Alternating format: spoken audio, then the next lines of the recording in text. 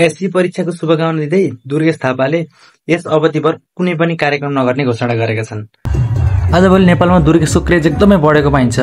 हरेक मेला महोत्सव कार्यक्रम सभाहरू जेमा पनि दुर्गेशको गीत घन्किरहेको देख्न सकिन्छ हामी। उनले विद्यार्थी भाइ बहिनीहरूलाई इङ्गित गर्दै केवल मनोरञ्जनमा मात्रै समय खेर फाल्नु हुँदैन र आफ्नो पढाइमा लगाएको लगानी चाहिँ कहिले पनि खेर जाँदैन भन्ने हिसाबको सन्देश दिँदै यस अवधिभर कुनै पनि कार्यक्रम नगर्ने घोषणा गरेका छन्।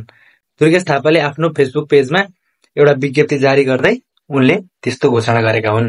उनले भनेका छन्, प्रिय भाइ बहिनीहरू, परीक्षा भनेको केवल अङ्क ल्याउने माध्यम मात्र होइन, यो मेहनत र इमान्दारीको परीक्षा हो। आत्मविश्वासका साथ धैर्य राख्दै आफ्नो लक्ष्यप्रति समर्पित हुँदै अगाडि बढ्नुहोस्। मलाई विश्वास छ सबैजनाले असल नतिजा ल्याएर हाम्रो अभिभावक, शिक्षक र देशलाई गर्व गराउनुहुनेछ। पढाइमा गरिएको लगानी कहिले खेर जाँदैन। सफलता हजुरकै हातमा छ। यसलाई मजबुत बनाउनुहोस् र एससी परीक्षा दिनुहुने सम्पूर्ण भाइ बहिनीहरूलाई मनैदेखि शुभकामना दुर्गेश थापा भनेर उनले आफ्नो फेसबुकबाट सबैजनालाई शुभकामना दिएका छन्।